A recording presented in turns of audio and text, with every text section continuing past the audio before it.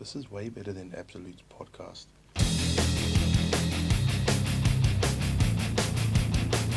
3, 2, 1. All right, guys. First episode of the Third Hook podcast. We finally made it. Took us a little bit longer because we wanted to get this swanky ass studio going, but it's up and running now. So, yeah, and we've got Ben Sosoli is going to be our first guest today.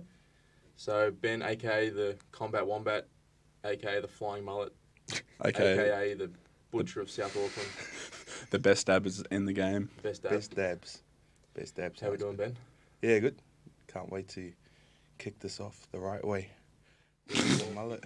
You're the most sought after guest that we wanted, so that's why we got you in first. Yeah, I managed to book you guys in because, look, I know this is a profession, but you guys are mates, so. Mate, well, you got you, me, and Jimmy walking outside. Someone walks up to you to get a photo, and just completely ignores us. Doesn't even know who we are.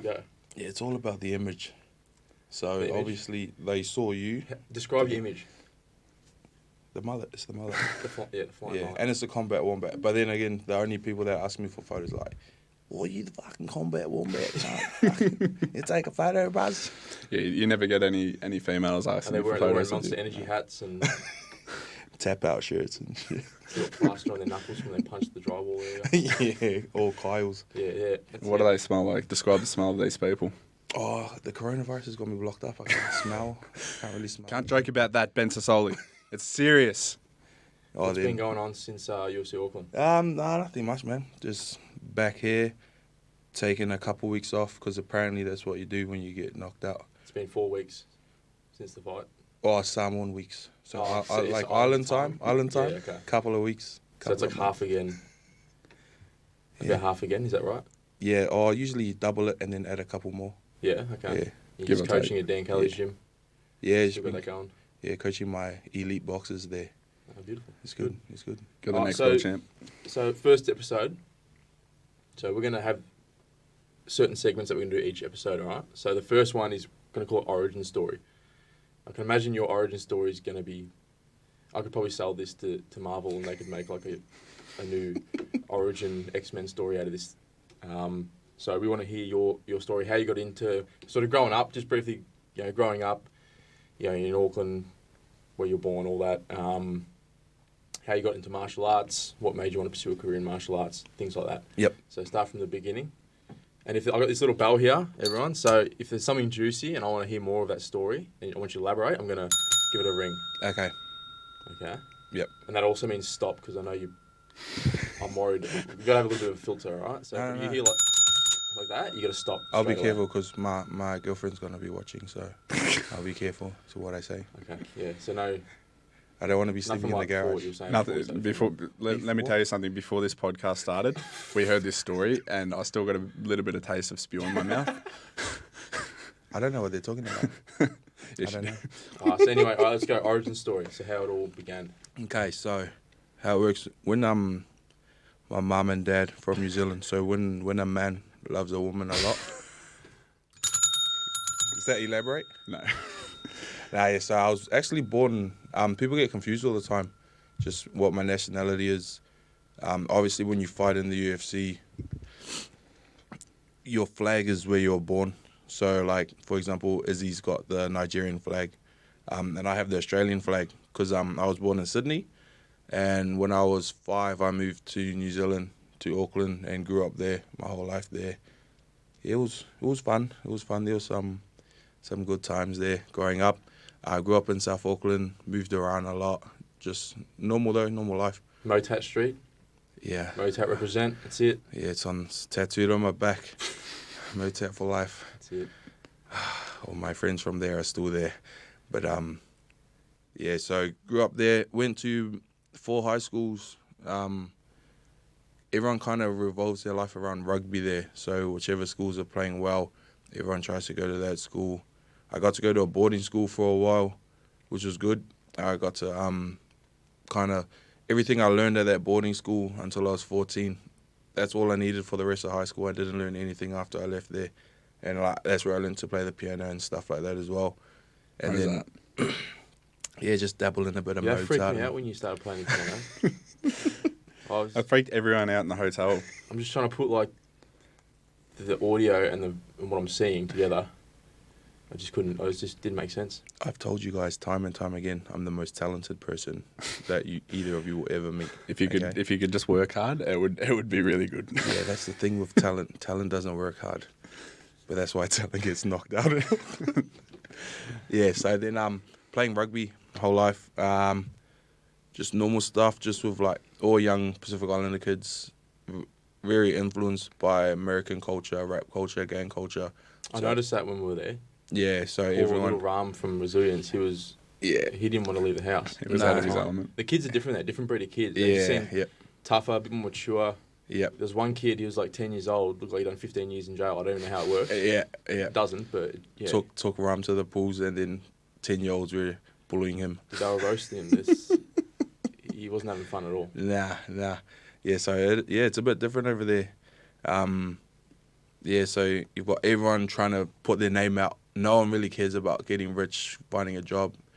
They either want to play rugby or they just want everyone to know who they are. So just try to get into fights, get your name out, try to be the toughest. That's just pretty much what everyone wants to do. And so I dabbled in that for a bit, try to be the toughest. I always try to be the toughest at the school that I went to. So when that happens, you do get beat up a lot because there's always people that are a lot tougher than you. But it's pretty fun though.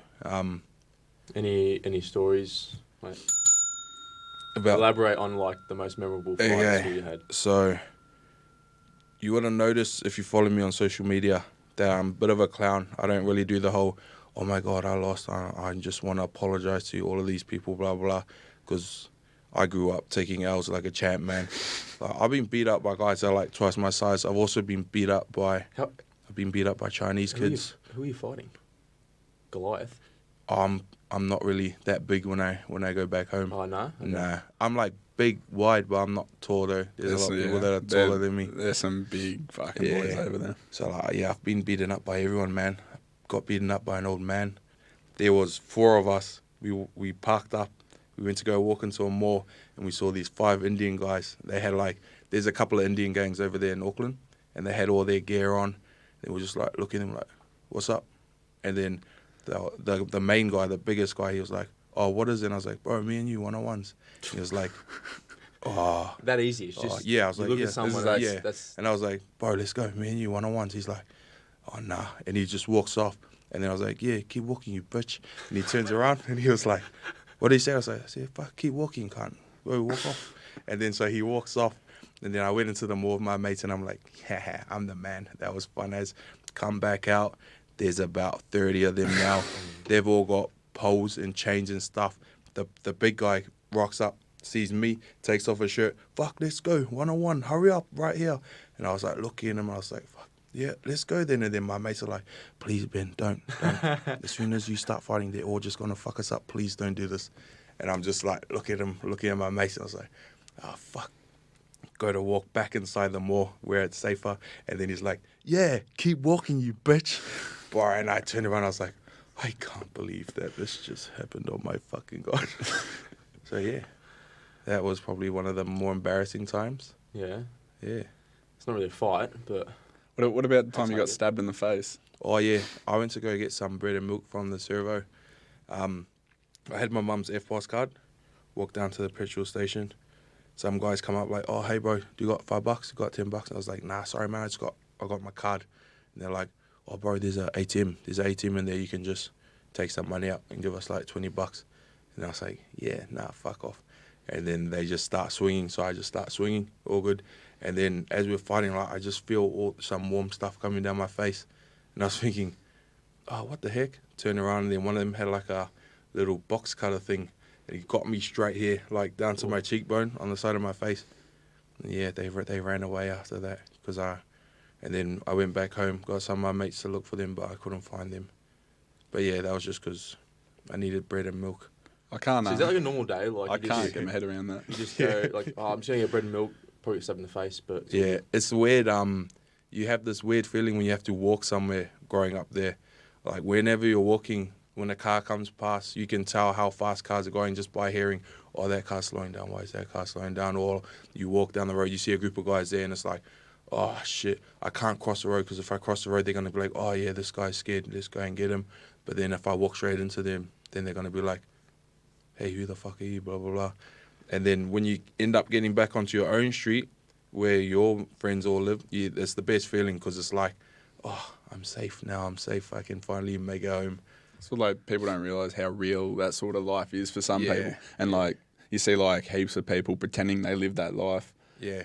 Like when you see someone, especially fighters, because fighters think they're tough, but like a lot of them aren't tough like that. A lot of them have pretty cozy lives, and when you see someone pretending to live that life, what goes through your head? Yeah, it does get pretty annoying, especially when I see like top level fighters and they get into scuffles with each other and stuff, and I'm just thinking, bro, if I get into a scuffle with someone here as a grown man and adult, if I'm out on the street now, I'll get in heaps of trouble. I have to go to court, blah blah blah, and then these guys are walking around like slapping translators and shit. And it's just, it's pretty annoying. But then that's why it's I got to make sure, like, I train hard to be a good fighter because I can't just be like, oh, yeah, well, do it in the cage then. And then fucking, I haven't even won in the cage yet in the UFC. So I want to make sure Dan Kelly reminds you of that every day, every session. It's just, it's crazy different. I mean, we're not that far away from New Zealand, but different worlds. I'm sure there's probably places in Oz that are like that, though. Yeah, I mean, old white boy grew up in northern suburbs. Like, there's nothing like that. I think you can walk outside at 12 at night. Bendigo's the same where I'm from, and I don't know if it's because I was like the biggest kid there or whatever, but like I never had any issues. Like people always ask, "Oh, if you go out, did the people try and start you because of your name?" I'm just like, I've never experienced that once. I've had people maybe say stuff, but I'm very. I think as fighters, you're trying to. Speaking for me and Jimmy, obviously, we're trying to avoid conflict. Yeah. When you get paid to fight professionally, when someone's trying to start you out on the street, you're sort of just like, well, you can't really afford to fight me. Nah, yeah, exactly. But it's also we can't afford to be getting in trouble either. Exactly. If we get a criminal record against our name, we might not be able to travel to the States. That's the UFC have no need for us then. And then other things we want to do in our life as well. Most jobs it's hard to get a job after that sort of thing. So but no, I've never. It's just crazy to think. It's how people growing up. I mean, Australia's slowly getting like that. Oh, in some areas, yeah. You know what I did yesterday? So I got this old 4-wheel drive, and it's been flat for like 6 months. The battery's been flat, so I went and got a new battery for it, and I put it in the car, drove it around, took it for a wash, took it back, parked on the side of the road, and just always hear about these car thefts. So you know what I do now with my car? I take the battery out every time I go home. Really? No, I swear to God, I take the battery out. And I put a sign on my steering wheel. It says, "Ha ha, no battery. Your mum's a whore." So if anyone gets in that car and they try and start it, they're going to look at the steering wheel. You should. And then it's probably going to piss them off. They're probably going to smash the windows, slash the tyres. But I mean, someone already tried to steal my back tyre because they've taken the cover off. Because I've got big muddies on my, I'm like a sick mud four driver guy. They took the tyre cover off the back and they must have realised it was just a road tyre on the back. Oh, yeah. So they've just left it, but the cover's gone. So someone's obviously tried that. We had someone try and break into our cars out the front of our joint the other day when I was living at mum and dad's. My old man's staunch as, like, he works in psych wards and stuff, like, he's not scared of anything. And, so we walk out and sort of confront this guy because he's walking around our cars and he had this big piece of Rio in his hand. And we were just getting ready to put him down right there and there. But, like, it was, just, like, scumbag, meth head, fuckheads that are probably, trying to... give it another 20 years, it might be very similar to New Zealand. People try and play it down and say that stuff doesn't happen. Like, it does happen. Yeah. I've got a training partner. Okay, I won't name the gym or name or anything.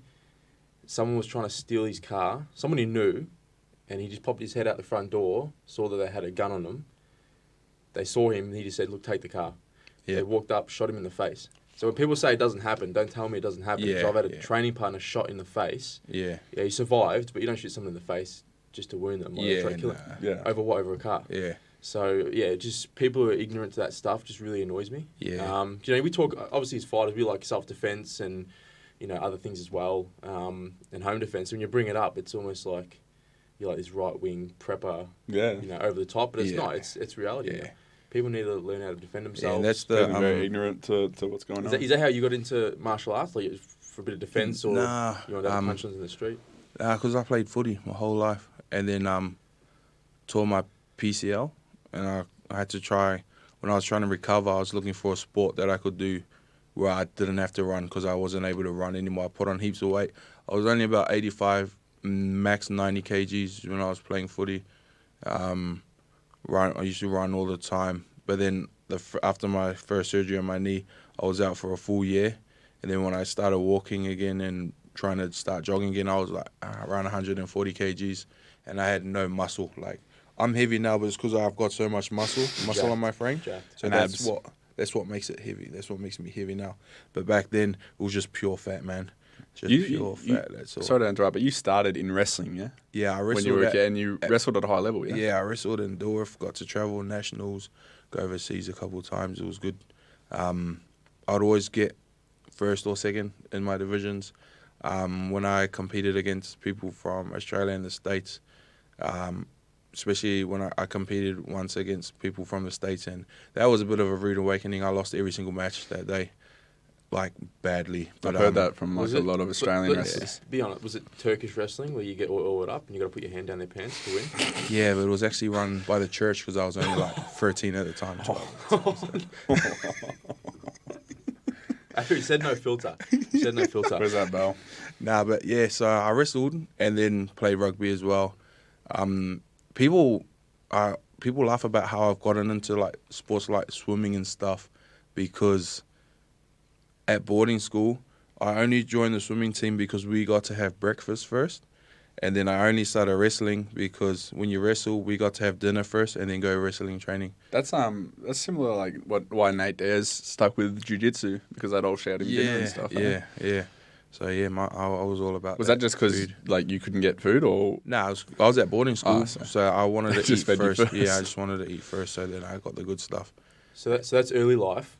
Now, what hit the switch where you're like, I want to do this as a career and make money out of it? I kind of didn't commit to one thing. I would jump in between. I'll go play rugby for a year, then I'll train, maybe have an amateur fight, then play rugby again. And I moved to Melbourne with my missus.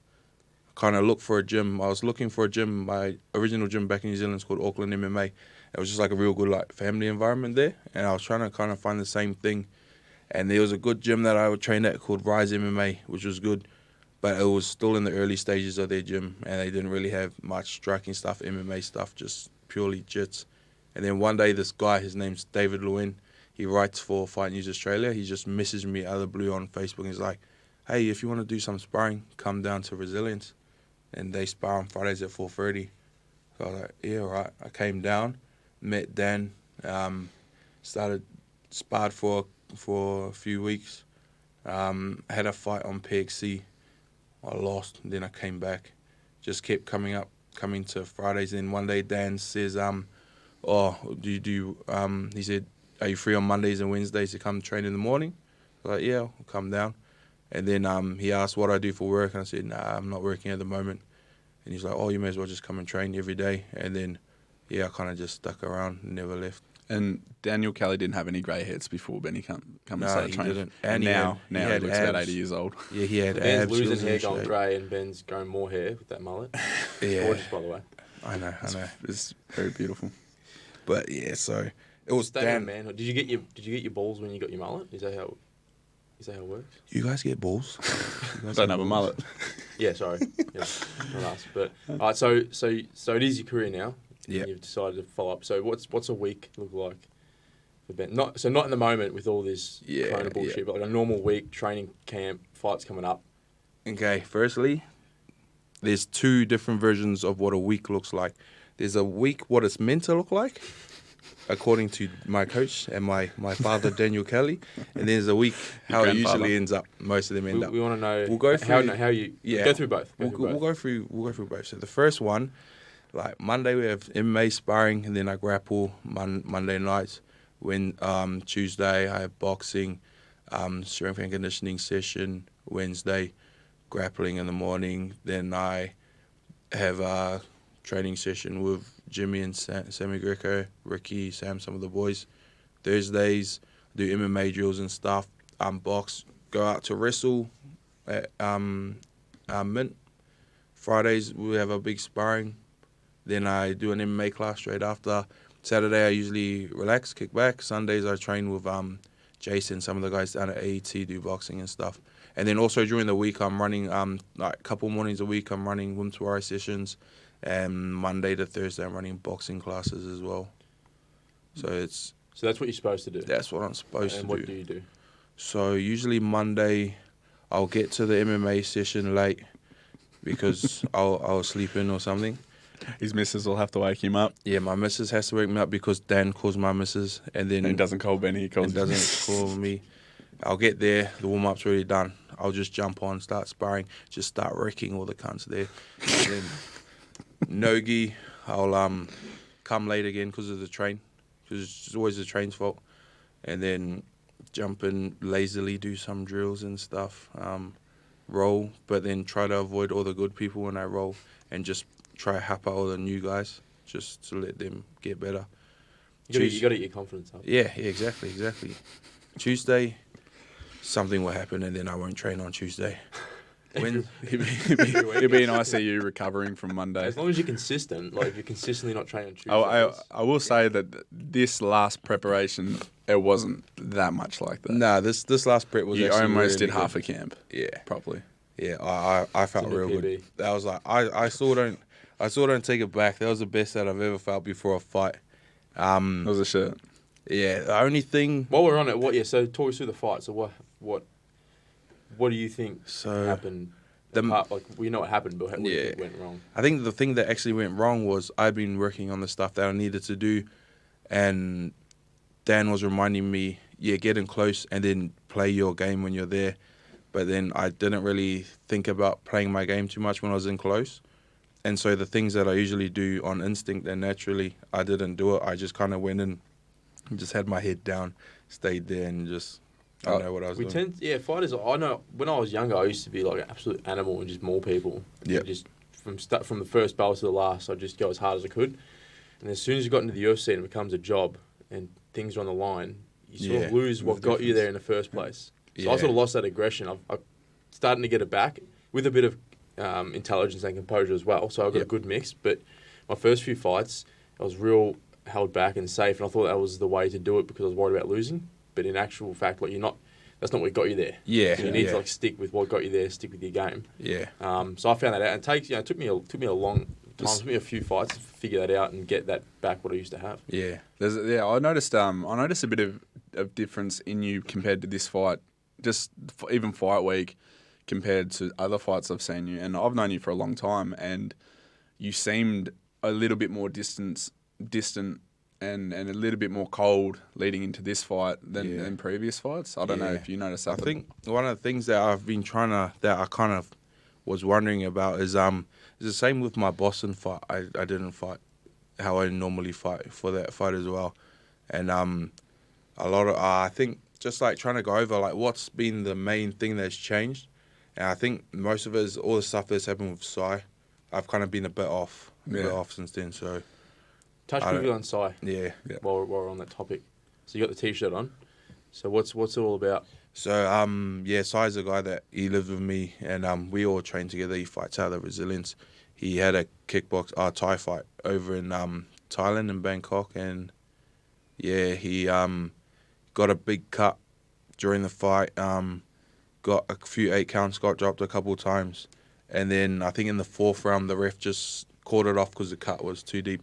And as he went backstage, he just started losing consciousness. They took him into the hospital. He went into a coma. They operated on him. They had to do 2 surgeries. They've done another one recently. And, he's still over there. So we're He's just stable trying at the moment from what we know, though. So he's stable, but we want him just to get back here before. And there's been fundraisers happening. And people want to jump on to your page and they can find those links. Yeah, if anyone jumps on any of our social media sites, we've got links up there for the GoFundMe in our bios.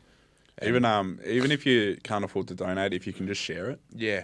Sharing it does just as much as a donation sometimes. Man. Yeah, sure, even just talking about it, raising awareness. Yeah. Because he's still in a coma right now. Yeah. All right, so it's all about bringing him home. But so let's go back to the fight. So this podcast, we want to touch a lot on, mental strength and getting over, hard times, overcoming adversity, things like that. So let's say, so you've lost your fight, pretty much in your hometown where you grew up, obviously you've had people, friends and family there that you've known for a long time watching. How'd you feel after the fight, and what have you done to sort of get over that? It was straight away. I was just real angry at myself. I was just pissed off. Did you cry? I cried, yeah, in the back. Yeah. The main thing though is, like I was saying, I take L's like a champ. Like, it doesn't affect me too much, and especially the amount of money I've kind of grown up with. Even though I lose and I don't get paid as much, if I would have won, it's still a lot of money to me. So, like, the money side of things, I don't really care. I don't really care about it's in front of everyone on TV and stuff. The main thing that kind of makes me real gutted after a fight is because Dan got me so far to get me into the UFC, but he doesn't put his heart and soul into someone if he thinks that you can just make it. He's only going to put in the work if he knows that you can be one of the best in the world. And, like, after the Greg fight, I was gutted. I cried a bit after that. Then after this fight, when I went backstage, I talked to Dan, and then, I cried a little bit there just because I just really want to get him those wins and just kind of live up to who he knows that I could be. So that's kind of the main thing. It is easier because I'm trying to do something because I'm not being selfish about it. But then again, it's harder because when I'm tired and stuff and when I'm down, it's like, oh, you know what? I actually don't care if I don't win, so so don't worry about it as much, if that makes sense. Yeah. But so I really want to just live up to who Dan sees when he looks at me. That's the main thing. Yeah, so That fight was like the polar opposite to the Greg Hardy fight. It was like you tried to make up for your mistakes that you made against Greg Hardy by not pulling the trigger enough. By pulling the trigger too much. So I think somewhere in the middle. Yeah. I think just having more time to just kick back. Like Jake was saying before, like, not forget what got me there. Because I was even saying that before this fight. I was saying, I kind of fought differently against Greg. I need to make sure I don't forget what got me here and fight the same way. But then, for some reason, I forgot what got me there again. And, I didn't really implement what I was meant to. Do you know what? Sometimes, I don't know if it's the same for you, Jake and Benny, but sometimes when someone says that this is the best shape they've ever been in or this is the best preparation that they've ever had, it's actually like a few warning bells. I know, like, that say my Misha Circle. Sometimes you're trying to just reinforce to yourself that you're ready. And you are. Sometimes, like, you might be in the best shape that you've ever been in and had the best prep, but that adds a lot of pressure on you to perform well. And you see a lot of guys that say, oh, this is the best shape I've ever been in. They go out there and they go fucking hell for broke the first back because they expect to put the guy away early because this is the best they've ever been. I don't know if you've ever felt that. Yeah, I felt that as well. Yeah. But I mean, it's not easy to talk about and admit what you just said about the fight and everything. Me and Jimmy wouldn't know because we won the last fight.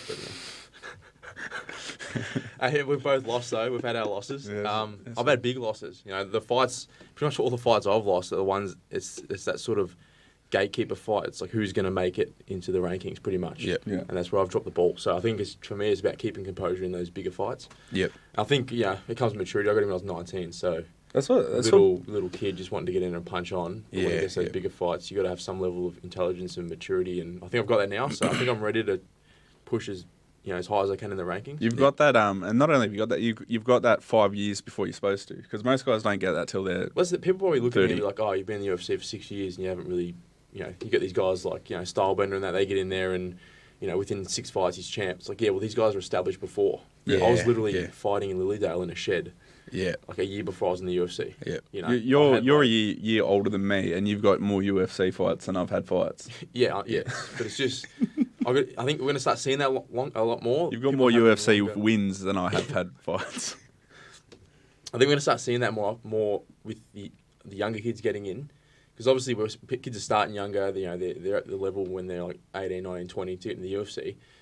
But they're not mentally at the level where they're going to... You're never going to see a UFC champ like 20, 21 years old. I think Jones probably will hold the record forever, the youngest champ. Very, very long time. Physically, your body's still maturing during those years. Yeah. So I think we're going to see people having longer careers and you'll see them peak later in their career, rather than guys like like I said, guys like Stylebender and other ones who were he was like a world kickboxing champ beforehand. Yeah. Already had like a massive MMA record. Yeah. Comes in and he's ready to push towards the title. You look at last weekend, Charles Oliveira. He's been in the UFC for since he was since he was like 19, and he's only just starting to come into his own, and he's 30 now. Yeah. So it's just going to take more time, I think, with these younger kids. Yeah. But that's what we're going to do. That's it. It's just one fight at a time, isn't it? Yeah. All right. I put it out on social media, some questions for Benny. Yeah. We're probably going to have time for all of them. I've cut them down by half because half of them were just asking if you prefer HSP or Bunning Snag. Oh, Bunnings, bro. Bunning Snag? Yeah, Bunnings. You know the world's ending. Depends. You know the world's ending from this coronavirus when Bunnings have closed down their sizzles. First it was they're cancelling the Anzac Day dawn services, and that was just devastating to me. Yep. And then what did it was the Bunning Snags. Yes. Yeah. So I don't wanna be alive the anymore. Anzac Day thing brought a tear to my eye. The Bunning Snags just made me want to go out and kill people. I was like, you can't do that. This thing you just can't. So rude. That's a big thing in Australian culture. It is. But anyway, all right, so these questions. So I've picked a few of them. There's no filter. Even if the questions are demeaning, I've just picked them. Is this from the Instagram stuff and that? Yeah. I just literally just. I don't want to Eeny, talk meeny, about. miny, moe, I and don't I've want to picked talk the about questions, that guy that said, "I'll fight like his grandma." Okay. We can invite him to sparring. All right, so the first one. All right, so in Jimmy's last fight, he showed great improvement in his wrestling. Yep. And that seems to be what's going to get him to the next level. So where do you see yourself improving to reach the next level? So in other words, how do you plan on not living in Jimmy's shadow anymore? Well, firstly, we saw who was asking who for photos out there, So I don't know whose shadow we're talking about. I reckon that guy had like tunnel vision or something. He saw you. He couldn't see anything else. Yeah. And also, I don't know if you've seen my size. I don't It's think pro- I can. The problem with standing in. behind Benny is no one can see you when you're standing behind Benny. That's probably what it was. Yeah. Seriously Especially out though, of camp. I think what will get me ready for the next fight is I just need to commit 100%, not 50%, not 99%. I just need to commit everything 100%. So not one particular aspect of like say working in your boxing, wrestling, or anything. Just sort of. I just need. If I fully commit, then everything should fall into place, and I 100% believe that. I'm extremely talented in all areas. I sub you guys all the time. I take you guys down, kick you guys in the head, like Question mark kicks. yeah, you question wake mark up kicks, everything. from your dream. From your little nap on the resilience floor. That happened once. I dropped you the week before. No, you didn't. Body, Did he? Body He kick. did drop me with the kick. body kick, but I dropped him But with he a head dropped kick. me with a head kick though. So pretty much just your work ethic during training camp. Yeah, I think as a whole. the mental part of it is the biggest part that I need to get through, because then if everything's good in my head, then I'll be able to do what I'm meant to do a lot easier. And I think that little bit that I'm holding back from committing, I think that's making a massive difference when I fight. So I just need to make sure I just commit 100% to what Dan wants me to do. Yeah. And What then- do you hold back? What do you think? I don't know if you Playing guys would have. safe or, I don't know if you guys would have seen on my social media and stuff when I post up like, yeah, sorry about the loss. And if you see all of the comments from all my mates back home, 90% of them are saying, bro, it doesn't matter. You're in the UFC. You already made it. Like, you're there. And that I've always had that part of me inside my head where Dan's always said, the goal's not to make it in the UFC, it's to stay here and to have a long career in the UFC. Getting in the UFC is easy. Yeah. I'll be honest. It is. For me, it felt easy. There's Slapped a couple of blokes around, went an Ultimate Fighter, then I got in. Yeah. The hard thing is staying there. Getting there so easy compared to Yeah. staying there. And in the back of my head, because I still have that Especially same... I'll stop there. Some padded records. Some padded records and some management that are good at, got the gift of the gab and they get, Anyway, Yeah, so... we've just made some enemies. Fuck, Bring it on. Yeah, we're pretty Bring much it on. we're pretty much the toughest in the country. So I think I can't even remember what I was talking about, because all I'm thinking about in my head is No, padded you records. answered it. Yeah, it's just about what holds you back. Yeah, so in the back of my head, I've always been like, nah, but I'm already in the UFC. Like, yeah, I'm famous. I made it. But I need to change that. So Do you think, like, because I know a lot of, like, even John Jones doesn't commit 100%, well, not anymore, but early in his career, he never used to commit 100%, because then if he did lose, yeah, it's like, yeah, there's no excuse. yeah, that's true. I think a big part of it as well is not the excuses, because I don't mind losing personally. Yeah. Because people say you grow. I don't see it as growing. I just see it as you fight. I grew up fighting my whole life, so I would win fights, I would lose fights. So that's just how I'm really used to it. I think I just need to not be lazy. I need to not use it as an excuse to justify losing. Like, oh, who cares? I lost. I'm still in the UFC. I got UFC shorts and UFC shirts. Yeah. People asking me for photos. Blah blah blah. So I need to get it completely out of my head, because if it's there just a little bit subconsciously, you act on it without knowing. Yeah. And I think like once, because you will, your next fight, when you win, you'll notice how different it is. So, Yeah. Bro. Your party was way better than mine. He was at a place called, what was it called? A Glass The Goose. Glass Goose. And Benny was drinking long necks in the fucking Auckland Park. I was at my sister's house at a party in Otahu. This guy's... In where? South Auckland. Well, you came, bro. Nah, You went straight back. I kind of came. Yeah. I came... And then I hopped back in an Uber straight away. Yeah, went you back just dropped off. Nah, You just dropped off, Duke. I set a world record. I had like 8 Scotch and Cokes. I wake up at 5:30 a.m. to like 6 messages from Jake and 7 messages from Benny. Where are you? You're dogging the boys. Yeah, you did dog a little bit. I did. I went Did home you early really? with the missus. Dogging the Mate, fucking boys. How could anyway, I set the world record for how many Scotch and Cokes were ingested in 60 minutes. And then I thought we were going to Rudy's bar. That's what Duke said. I think I had a snooze in the cab, and I woke up, and we're in South Auckland. I was like, oh, this isn't good. I got to be on a plane in 6 hours. So I'm going back. I think I paid the Uber driver $100 to drive me 5 minutes. he was, he rolled me. But anyway, all right, so on to the next question. You answered this, Bunnings snag or HSP. You said Bunnings snag. Yep. Onions on the top or bottom? Onions on the top. Yeah, has to be. Yeah. Good. It's unpatriotic if you don't. All right, so I don't know if this is the right question to ask, Benny, but how do you keep your mental health strong? What do you do? What do you tell yourself? You know, what do you think about your family? Do you think about your kids when you're training? When you're having a hard week? What keeps you going the whole week? The biggest thing that keeps me going is when I'm having a hard session, is every time I get home, when I drive home, my kids hear the car and then they're just in the curtain. Yeah. Daddy, blah, blah, blah. I thought you were going to say Dan Kelly's foot in your ass is what keeps you going. No, it's the kids. It's definitely the kids. But yeah, and growing that mental toughness, I like seeing it as if it's just like my brain's a muscle. Mental part, I can grow it like I grow a muscle. So when you train, you break down your muscle strands, they build up stronger. And that's what Dan Kelly is. He waits for your mental toughness because he's breaking you down every Daniel single Kelly, if you have an inch of weakness, Daniel Kelly will make you cry. Yep. Over and over again. He's made me cry so many times. he's the best, easily one of the best coaches in the country. You ask or in anyone, the world. at Resilience, Daniel Kelly is the biggest piece of shit. But anyone you know, they would all die for that guy, no matter what. I would. But he's still Definitely. a piece of shit. He's the biggest piece of shit. I disagree because... But yeah, I just realised that it's sparring tomorrow, so Yeah, that's why. I'm sorry, Dan. I Colin love you, in sick. We're still got to cover like the coronavirus and all this other shit going on and how we're going to work out our training and events and everything. So we'll just do one more question, then we'll get into that. So this one's from our own Jeremy at Resilience. Why does Jimmy look like a giant dwarf?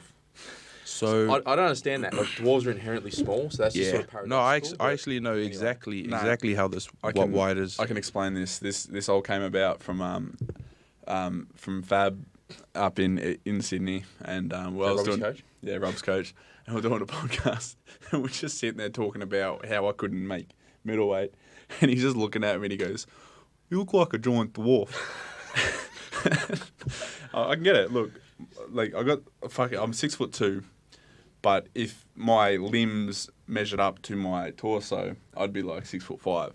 If my limbs measured up to my head, I would be 6'5".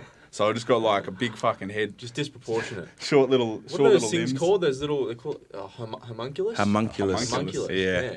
What does that mean? It's something to do with the nervous system and what's sensitive and the size in proportion to what's sensitive. Yeah, something in like proport. Yeah. I'll- So, but pretty- like, But I can guarantee you have a longer reach than me in your welterweight. that. Everyone reckons I've got a super long reach, but it's only like 71, 72 inches. Because you walk like this. mine's longer Maybe, than yeah. that. I've got like, got little Orangutan rat arms. roll shoulders. Yeah. So actually, like, Hey, mate. physiologically, the reason why he's like that is because back in the days in Bendigo, obviously Jimmy's from Bendigo. Back that's- in That's a homunculus. Can we get a photo of a Can we Google a photo of homunculus and put it up on the screen? Hold on. So that's along the lines where we're going with this. I'd bang that. Yeah. Can you change your fight name to Jimmy Homunculus? Jim Bib. I can't do podcasts anymore. Every time I do podcasts, I come out with a new fucking nickname. Jimmy the Giant Dwarf, Jimmy Homunculus. Yeah, Jimmy but Neutron. seriously though, same reason why Jimmy Neutron's got a big head. Same reason why Jack Jenkins is a hobbit. The same reason why you like this, because obviously the railroads didn't go out to Bendigo for a long time, so there was a lot of inter-family breeding there. But then I wasn't born in Bendigo. Like the Croots are a big, strong family, so they always the biggest and the best. But then obviously now he homunculus up. So that's why. Just some bit of Australian history for you guys. Yes. All right, so going back to training. So this whole coronavirus thing. I mean, first of all, do you reckon, I think it's been blown out of proportion. It's a flu. Like, I understand people don't want to catch the flu. Okay, Mr. Hillbilly, settle down. Hey, I'm pretty filthy, so I don't think I could catch it. I think it would catch me, if anything. So I'm not too worried. Jake got coronavirus once, and coronavirus had to spend two weeks in self-isolation. Yeah. So the problem with it is it's not going to affect me or you. But how'd you feel passing on to your grandparents or your mum and dad? I get that. I think it has been blown out of proportion, and everyone. I'm talking more about the people, like the bulk buying. Yeah. I mean, obviously, I'll stay away from elderly and Wash your hands. It's not hard the to wash young your ones. hands. Yeah, even the young ones.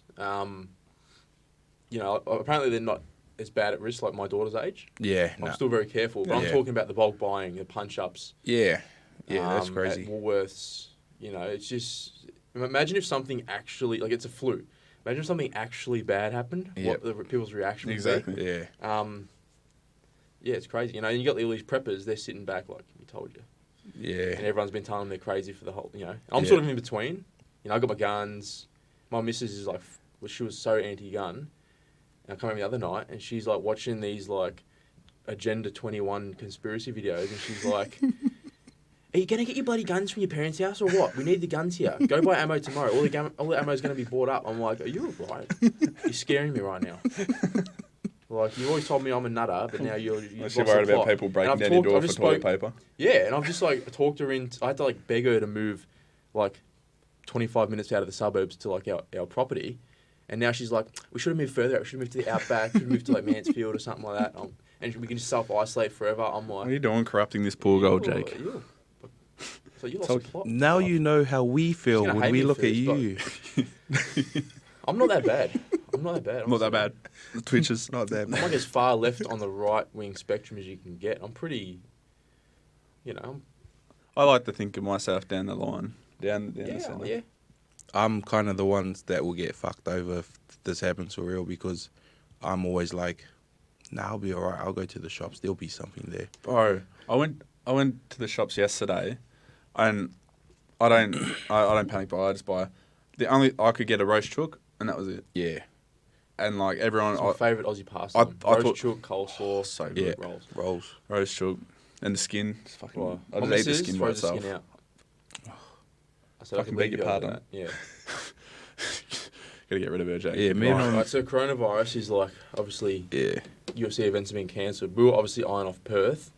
We're all in agreement, for all three of us, Perth. Yeah, I was looking at fighting overseas, but at the same time though. Right. So anyway, I love fighting in Australia, but we don't know if this event's going to happen. And even training's been a bit, is the Khabib Ferguson fight? I don't think that's going to happen. But Dana Why said could it's they not have it happen. in a gym like they had the last one? Because no fights in Nevada. Yeah, that's the problem. Okay. So they were going to do it at the Apex, but Nevada shut the whole shut it down. So that's why I'm worried about the Perth card because, obviously in America it's all domestic. They can get all their staff to the gyms or to the Apex. They're not getting anyone to Perth. Yeah, but were they going to send 50 staff and then another 50 fighters and trainers to Australia, quarantine for 2 weeks, and then you're obviously going to want to have time after. So they're going to have to come a month, three weeks to a month early. No one's going to agree to that. I wouldn't do it. No, I would definitely not do that. The most you can hope for is this thing blows over quicker than everyone thinks it's going to. But, man, My advice to fighters that are in the UFC or fighting regionally or whatever is just to keep fit through this thing, because I guarantee you when this thing blows over, they're going to be looking to put short notice fights together. And if you're fit and ready to go, you're going to look amazing. But if you blow out and at the end of it you're like, oh sorry, I can't fight, there's going to be a lot of other guys lining up to be in front of you. So that's like my advice to guys that are you're like sort of thinking that they can take the foot off the accelerator through this time, is you can't, because Not resilience. mate, get Daniel Kelly breathing down your neck. Yeah. No chance. Yeah. Unless you're sick, obviously, then stay away. But Yeah. But how's your training going? Because I know, so where I do jiu-jitsu has shut its doors, just precautionary thing. Just some personal things as well, but it's all to do with the virus. I know some other gyms are probably going to follow suit. So how's your training going? Because I know my jiu-jitsu now is pretty much going to be all at resilience. Yeah. And I don't know what the goes with my other training. And obviously with childcare and the baby, I keep the baby home, so she's with me every day. So that obviously hinders me a little bit. Yep. And if the government shut down all gyms, then you're not training anywhere. We can go up to my block. Yeah, go over to the ranch. Go to the ENR ranch. There's a little bit of a gradient. We can do some hill sprints, put some mats down. That's the I'm thing. not coming if you're doing running. If that does happen, You can sit on the ride on the lawnmower.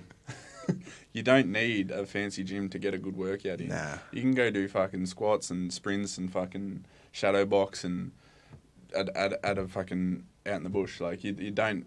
If you really want to keep fit, there's ways to keep fit without having to put other people at risk too. I set up a group for our boxing class at Resilience, just in case everything closes down. If people do want to meet up and train, even if it's just 2 people meeting up to train, you've got someone else to hit pads with, someone else to do something. But I think the most important thing is, even we can't have big groups meeting up or even like 10 people or something, but you need to have at least 2 or 3 people there. So have a that you can trust. contingency ready. Yeah, so just have a couple of guys ready to push each other and to be able to make sure you can do not just running every day, sprints, shadow boxing every day, to be able to mix it up. So if you're fit, healthy, meet up, train. If you're sick, fuck off. But obviously, like people that live with older parents, stuff like that, you got to kind of make sure to be careful who you're meeting up with, just so you don't pass that on to anyone. Newborns as well. Yeah. I do get that. I just don't get everything else is sort of... Yeah. Let's say the risk of having like the feds rock up at our house, dragging us away. What do you reckon the go is with the virus? You reckon it's population control or? I'm all the way on China trying to win. There's some other conspiracies out there. Like it's China trying to win the bloody. Making people sick. So they've made the coronavirus to cover these 5G towers because 60 gigahertz waves make you sick. Nah, do you know what I think it is? They're just trying to get every country quarantined so people stay inside so they can change the batteries on all the birds, because birds are not actually real. They're actually government drones. Yeah, that's what I think. They need to change the batteries They've got to repaint the sky. And there's a firmament above the earth as well. One of the things that I was looking at, some people were putting up that there's always a pandemic when there's an election going on. Is it? Yeah. They've actually, they've shown, but...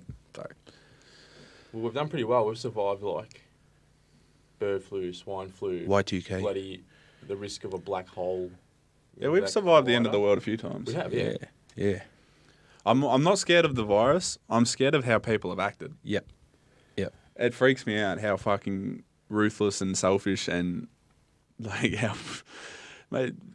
One of my you hear about people going and snatching toilet rolls out of kids' hands, and pushing them over to get fuck me. Yeah, mate. It's sad to see, and I'd rather it not be that way, but at the same time, I'm ready for that. Yeah. You've stocked up, haven't you? How much toilet rolls do you have at your house? I've got 100. How much do you shit, bro? No, a lot. Yeah. I just take the cardboard insert out and just put my fingers in the middle of the roll and just use that. Oh, I got a question for you guys. Is it messed up that I just had the urge to watch Contagion the other night? Oh no, I've seen a few people saying that they want to watch it. I feel like watching it. And I watched The Purge. Yeah, I watched The Purge. I was sitting there what are we talking about? Now, that's it. I got I'm ready. A question. So in my household, it's me, my mum's moved in with us. She's staying with us. My partner, and we've got 2 daughters, so that's 4 females. When we go for a piss, we don't use any toilet paper, but girls use toilet paper when they piss, and I've been telling them to stop it. Like, you don't need to. I don't reckon you need to. Yuck. Do you reckon you need to? Yes. Because Infection control, bro. it's just the same as someone with a foreskin going for a piss. I reckon a girl. You just. I think that's the main problem. You're disgusting. Girls using toilet paper when they only pee. That's why it's out of hand. I thought girls didn't pee or poo. Yeah, they don't. Come on. This conversation's do. fucking going sour. Yeah, I don't like they it. I gotta ring the bell. So do you think it's stop. So you don't think it's a conspiracy or anything? You just think it's a flu and it's all. I think the media just blow everything out of proportion. And when you I look, think the public blow out of proportion. yeah, when you look at the first, jamming all it the in. first stores, you look at all the first stores that get sold out. The media it's only all- report the it's- truth. The media, you're fake news. We should get an anchor going off the back of this and report like the real news. The real news, yeah. We get shut down. The government are just trying to mess with poor people, something like that. Speaking of poor, we could be out of the job. Yeah, Yes. that's true. So No what's fight for a your year. thoughts on that? Imagine we couldn't fight for the whole. They're saying 6 months, and then obviously just the amount of cards, the amount of fighters, you could be waiting a lot longer than that. Just That's, to that's what I'm to saying get a before. fight. Keep fit. Because if you're fit and ready to go, Yeah, You so might this- get in. Yeah, people don't understand that. Yeah. With fighters, like we get paid lump sum. It's pretty good, especially when you've had 13 fights in the UFC. But anyway, and get a performance on the night bonus. Yeah, look, Yeah. 13 fights, performance of the I've had night. two. And a win bonus. I've had two. I got fuck all. I've had two. Fuck, I'm catching I've had up to two. you, son. I've had two. If I get one more Kimura, you're fucked. How many records do you have in the UFC? Youngest ever fighter to score a submission win. Oh, fuck off. Damn it. I don't know. I don't know. I had them written down somewhere. Set 2 in one I'll night. put them on my resume. Yeah, me and Jimmy were just making sure because we set records in the UFC. What did you set? I got the most no contests In a row. in a row. Consecutive no contests in the It's fair UFC. effort. It's a fair effort. So But we yeah, so do- people don't understand is it's not just this virus, but it's like so we fight. Say you get even if you get a bonus, make a mint, and then you do your knee a couple weeks later in training, and you're Yeah. out for like a year. Like there's Yeah. no income, there's no retainer, there's There's no nothing. nothing. We're not getting paid. Yeah. So Yeah. That's, sometimes a bit of a worry, especially I've just like after my last 2 fights, 2 wins, I'm like, yeah, new Harley, new car, Yeah. 5-acre block, and now I'm like, reel yourself in. Yeah, That's reality. yeah. all right, now I'm starting to budget. I felt that before my last one. I could not afford not to fight before my last fight. Yeah. Sometimes that's the best way to go into it. I remember McGregor was always saying like he blows his money, so he's broke again before his So next yeah, fight. that's if I, yeah. You can't do that now because you can't spend $11 million in like a couple Yeah, of months' time. yeah. But I reckon I could. I reckon You know. maybe. I reckon if, I think that's when he I reckon started if going me, Benny, downhill. and Duke Didier went out on night on the piss, we could spend $11 million. Yeah, that's true. We could. it'd be hard. Jake would spend about $13 worth of Coke and sodas. Or Coke, $13 per and- drink. He'll spend maybe $29 worth of Scotch and That's how- Cokes, and then he'll be home. Oh, the $100 for the Uber driver to take you home. That and I pretty much just shouted every single time I went to the Oh, bar, you I shouted me. like, You shouted shouted me. You're one of Too them many people. guys. I'm like, oh, who are you? What's your name? Yeah, shout you. Yeah, His but name yeah, is- that's why people have been asking as well. My Like, missus hates when I go out because I do that and I fucking spend so much money. It's I've the Aussie reeled way it to jump in. on the shout, isn't it? But like, Yeah. it's not good. You spend like, We just had a fight. We want to splurge a little bit. shout your No. mates, don't shout random fucks. I didn't. Well, spend you guys are supposed to be any looking money after on me, that but I You took disappeared. off. I disappeared. I dogged the boys. Oh, I said goodbye to you though. Remember, I told you I was going because my friends couldn't afford to get into the I after believe you, parties. but I don't remember. Yeah. No, I just said this in the hotel lobby. I was like, "Oh, I'm going. I'm not going to parties. I'm not going to after parties because all my friends are here and they can't afford to go to the after parties." So we just went down the road. They went to a park and drank. What's wrong with drinking at the park? It's free. It's free. All I remember is seeing you in the lobby in the morning, Oh, off and my you were head. drinking Oh my out of God. like some islander wooden cup. It's like so cliche, whatever.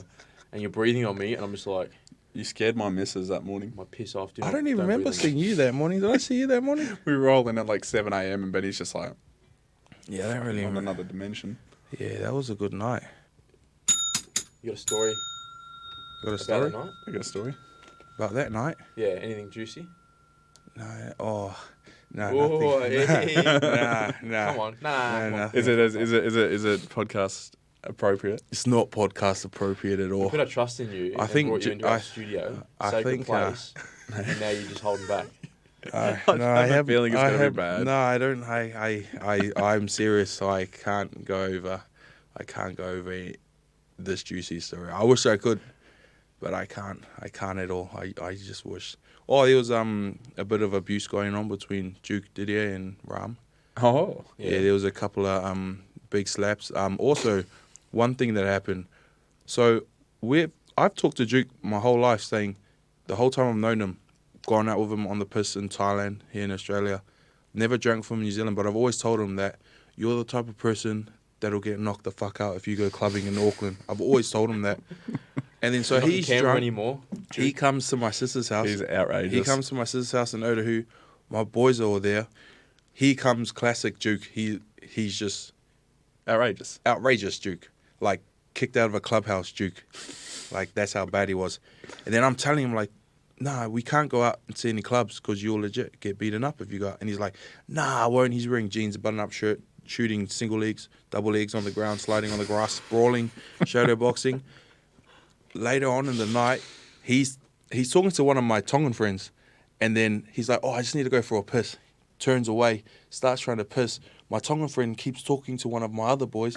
Duke's like, oh yeah, because fucking almost pisses all over them. Oh, not in the my top mate, yeah, my mates are like, bro, you're fucking almost pissing on me. And then probably 10 minutes later, Duke's on one side of the lawn. I'm walking just to go get another can. As I'm going behind my mates, one of them's going to the other one. No, I heard, because I think he's got a grappling, so I'll crack him from one side and you stay on the other side, and then you hit him from behind. Don't let him grab us, though, because Ben said he's good at grappling and stuff, so we'll just make sure we stay on both sides and just fuck him up. And I was like, fucking yous can't fucking beat up my friend. Don't yous dare beat up my friend. You're not allowed. I warned yous. I already warned them when he said it was coming. I told you he's like that. He's just I would have like joined them. Just because it's Duke, I would have joined them. Yeah. Oh, I love Duke. But Duke, He's going to hate us for I telling wouldn't the put story anything on the past him. podcast. He said he got banned. He got barred from a club in Canberra, and it was that bad that their sister club in Melbourne barred him. No, every club in Melbourne. Once you get banned from the scanners, Oh, well, there we go. you Okay. can't go onto Yeah, anything. yeah. So he hasn't even he moves to Melbourne, goes to go out, and he's just like, no. That's probably Yeah, the best thing already that ever banned. happened to him.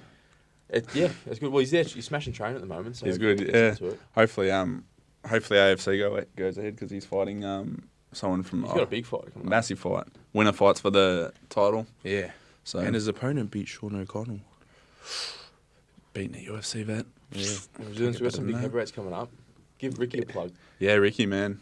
How good was Ricky? And Bro, Auckland? yeah, it was crazy to watch, man. Takes a fight, short notice, 4-man tournament, 10 days. 10 days notice, comes to New Zealand. Didn't know it was a 4-man until Yeah. about 5 days before. He only thought he was fighting once and then he'll fight the final on another night.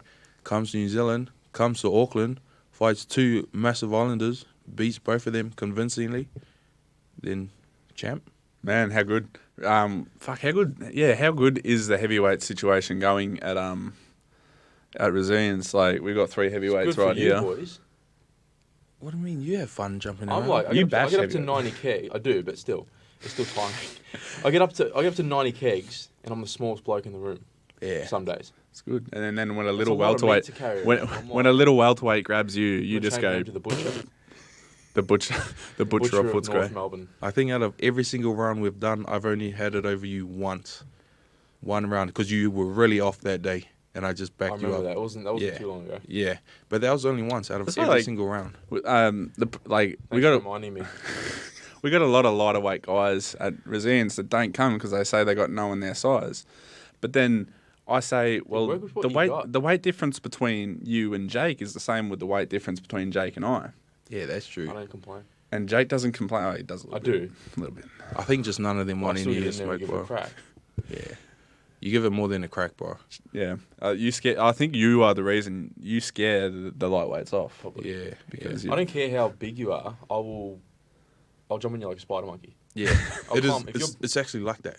It's If actually you're like 6'9", a I'll climb up your leg. Yeah. But bro, inspiring Jake hits harder than the heavyweights. Yep. I'm not even joking. The worst part about It's very Jake scary. is, for example, me and Jimmy will do a round. Jimmy might shoot on me or I might shoot on him. We might have a scramble. We get up, reset. I don't get tired. No, I'm not tired, but like we get up, we reset, and we start again. Yeah. With Jake, he shoots on you. He's scrambling all, trying to climb everywhere. You finally manage to get him off. You stand up. As soon as you stand up, he's already spider monkey straight away, all over you. Yes. You don't get to catch your breath at all. It's very unpleasant. I don't let up. I don't quit. We've just had some more questions come through for you, Benny. You want to do a few more? Yeah, I don't mind. I'm just trying to... I mean, I'm the reason why everyone's tuning in. It's true. You actually got a lot of questions. I was literally expecting 2 questions.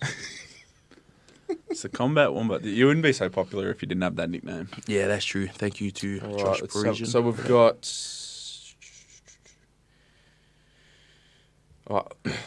who from Luscious Golden something. Who's next for the Wombat? Do you have your eye on anyone like specifically you want to fight? Seriously, people have been asking me this a lot, and you guys are always like, "Oh, this guy looks real tough. I want to fight him." You're gonna get asked that every day. You're gonna be like a broken record. Nah, like dead set.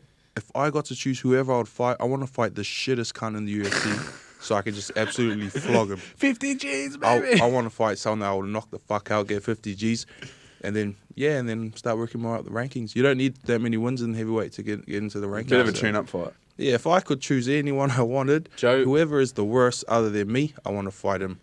When I lost on the Ultimate Fighter, Joe Silva, he was still matchmaking. So he called me up when I was in Albuquerque, and he says, he's like, "Oh look, we won't put you on the finale. He says, you're still young. I want you to get in, get a bit more experience. Just mature a little bit, and then we'll get you in." And that's what happened. But he said, he goes, "Look, if you're a heavyweight," he said, "I'll put you in top 5 straight away." He said, "They're shit in the garbage." Well, I'm not having to dig at you. I'm just saying that's what. It's coming from. It's true. It's true. Like, our division's a lot shallow. Well, we've probably got the most shallow division, us in flyweight, I think. Yeah. But then, like, to be fair though, heavyweights are the most dangerous men on the planet. I'm just saying. I disagree. I would beat any welterweight in the world in a fight, and I would beat every light heavyweight except for one in the whole world. I think heavyweight. I'm speaking from the matchmaker's mouth. I think the heavyweight division is very exciting. Well, this was how many years ago? So let's go to the far end of the spectrum. Why do you think the flyweight's not a popular division? I don't know why you're looking at me. I First have of all, no idea. I think the aficionados of the sport, people who really know what's going on, they like it. Yeah. They understand like what's going on the floor in the wrestling, technical striking. Yeah. I mean, people want to see knockouts, but it's like, Yeah. hold on, I'm risking half my paycheck for your entertainment. Fuck you. I don't know who you are. Yeah. Yeah. I don't care. If I'm going to do what I need to do to win, to put food on the table for my daughter. I didn't sign up to this sport with the mindset of, I'm going to do this to entertain people. No, I'm doing it. It's a career. Yeah. Like, we're getting paid for it. We're not doing it for fun. Yeah. You know, and if it's getting to the last round and I'm up on the scorecards, I'm going to do what I need to do to win. Yeah. I'm not going to put everything on the line just because you want to see a brawl or a knockout, you know? I said, does anyone have any questions for Ben? And someone goes, who knows? Just like that, who knows? With that sort of emoji. Mate, I get so angry on social media. People I on social swear, media I really need swear. to have a good hard look at themselves. People One that guy post comments. Yeah, one guy made a mistake. He commented on your post. His profile is private, of course, because he doesn't want anyone to know who he is. He's got his missus profile in his bio, and so I'm just like looking at his missus, who looks like a decent chick. He is the ugliest thing I've ever seen. It's punching. Yeah, Weight. he knows who he is. Anyway, so back to the Ugly flyweights. So why do you think it's such an unpopular division amongst fans? I think because especially when it's coming, there's a lot of scrambling and stuff, scrambles. There's a lot. They mix it up, everything so well. Just drawn out fights. Yeah. You know. And the casual fans don't really appreciate, like you're saying, the technical aspect. I think a lot of people do. as I think well. the people that don't appreciate it, I think those people still think like Chuck Liddell's UFC champion. Yeah. You know, and they're still watching like Best of 2008. But those are the people that jump They online, they still buy got an everything, Affliction make t-shirt. money. Yeah, they're still wearing Affliction tap out. Yeah. I'd still wear Silver Star. I love Silver Star. They were cool t-shirts. Silver Star. I want to bring it back. Bring it back. Let's all get tap out t-shirts. Oh no, we can't do that. We're gonna wear Reebok. All right, so let's do one more question for Ben, and then we'll start. Actually, we'll wrap it up by talking about Khabib Ferguson. Fingers crossed if it happens, but just about who we're going to pick for the fight. But so the last question from Brad Lennon. So the question is, what do you see as your biggest strengths, and what do you see as things to work on? We sort of touched on what you want to work on, which is sort of everything. everything. What are I need to your work on strengths everything. in the fight game? I think I haven't seen much of you. You haven't been able to like showcase your skill set. Yeah. I think my biggest strength that I've always had when I fight is I'm completely fine under fire, no matter what's happening in there. Composure. I'm always composed. Yeah. So I think, Except for your last one. no, I was composed. I was composed all the way down to my hands and knees. So your composure. What about specifically an aspect of MMA, like you stand up, you're grappling? What? I have a great single leg. Yeah. And everyone knows about this bad boy right here, this left. left hand.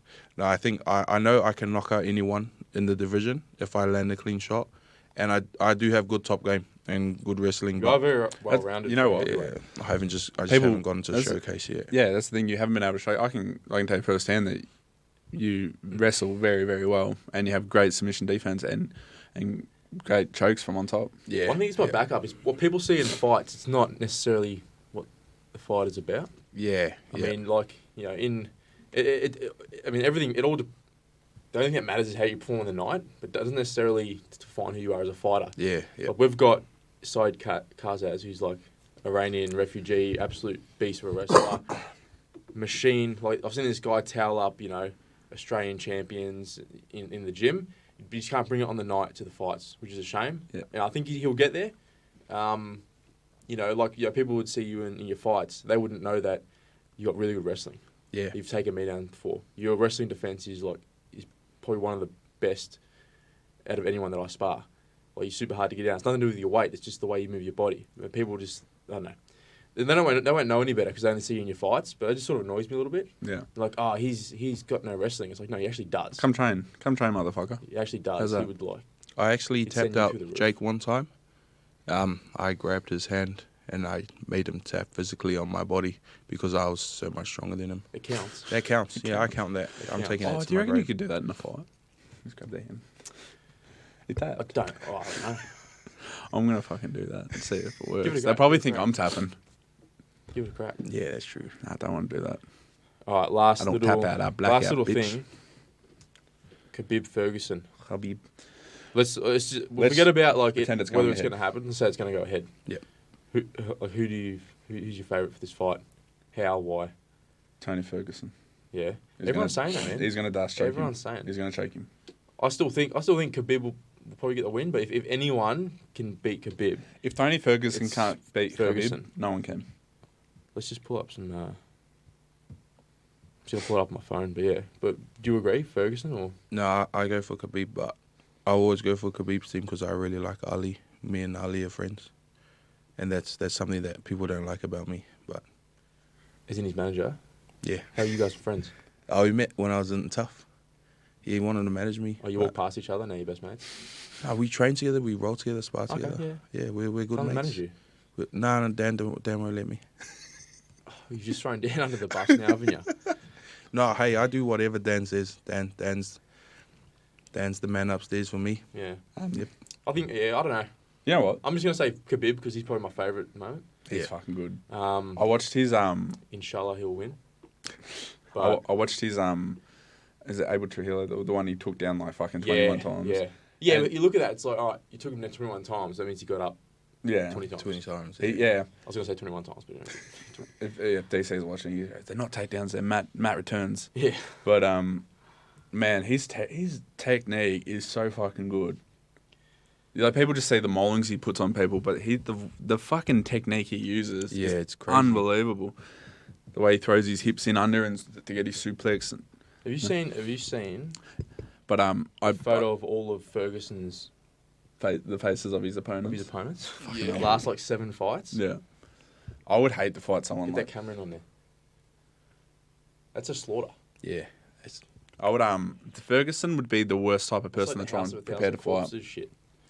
because you could beat the fuck out of him for 2 rounds, and then like you just slow up a little bit. That's when he lives. He's got like massive, like he's got 25 round cardio, but he's just got the mentality to go along with it, Yeah. which is just schizo.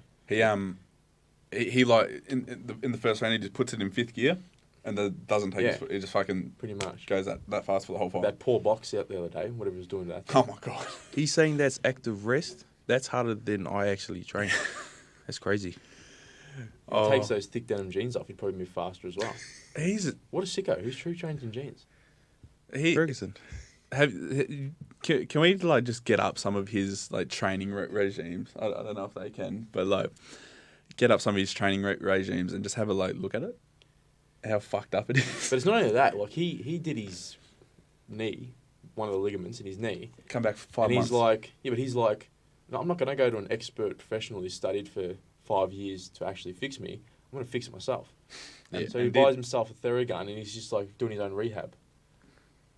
He's special. You got to respect it. Yeah. He just says like he knows his body best. He knows what needs to be done.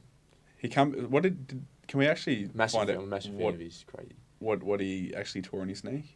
Because it was supposed to be a year recovery and he came back in like 5 or 6 months. Well, yeah, I reckon they give you like, because I got my hips done. It's no secret. I got double hip surgery, and they told me 16-month recovery, and I fought at 10 months. So I reckon they give you like, most doctors they're treating old people, average people that aren't athletes. Yeah. Our bodies are used to coping with recovering and stuff. So I think we recover quicker. And we're more active, so we recover quicker as well. Yeah. Sammy Greco got a full knee reco and came back after 7 months and fought. Yeah, that's crazy. That's the old days when... That's fucking mental. He got kicked in the knee and sort of couldn't keep fighting, but like, what an animal. I wouldn't be getting in after 7 months of a knee reco. It's just you got to think like, if you do more damage... You're out for longer. You're out for longer. Yeah.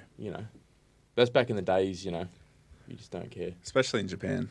Yeah, back they tell you to fight. They're the golden ages of MMA. Yeah. I'm sorry to anyone who doesn't agree, but that's the golden age. Well, K1 with Pride and stuff in Japan, they were the golden ages. Yeah. Even the UFC, the skill set and stuff probably wasn't. It's pretty close. Like you got the wrestling and jiu-jitsu, they weren't as well rounded, but I reckon they had. I don't know. They just get in to punch on. Yeah, it's none of this, they had something that we don't have, and that is very good supplementation. Oh yeah. I don't know what you're talking about. They had veins coming out of their fucking head and ready to eat someone's soul. Sorry. Hey? Cough. It says something in my throat. He did his LCL. So LCL. That's not fun.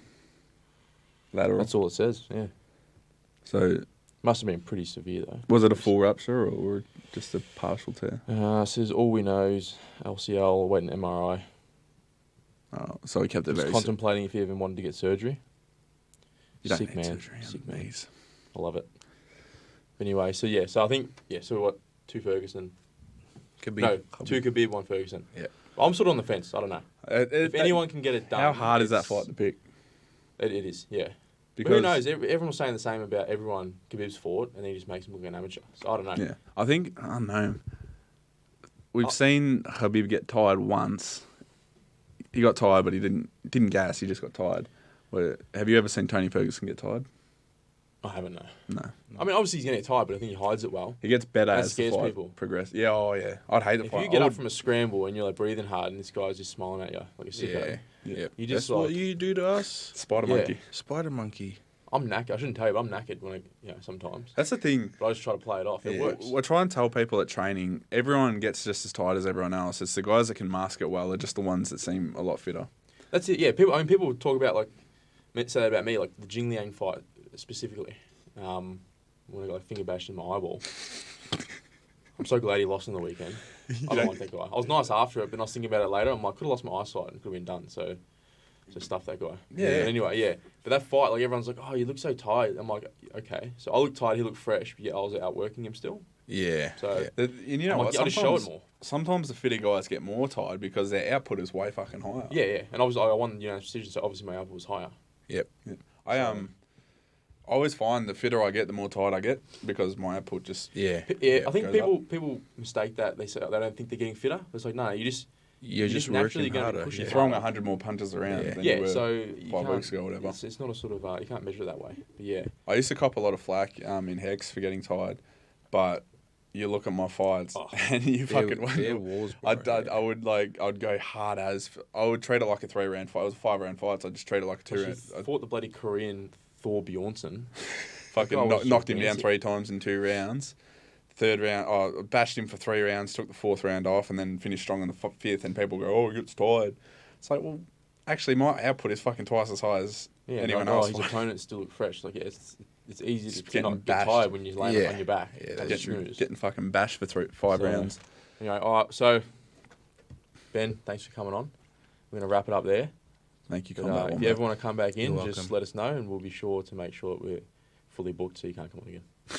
No, I'm kidding. It This was is fun. the- It was good This fun. is the worst podcast Like I said, I've ever it's our done. first episode, and we wanted you to be on it because you're a good mate. Thanks, guys. No, it was fun.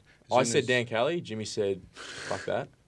Hey, He actually you- was talking shit about this podcast today because I was meant to help him set up a ring, but I said, "Look, Dan was? yeah." Oh, he's not I was like, coming. "Look, Jake already asked me before to come today, so I'm sorry I can't help."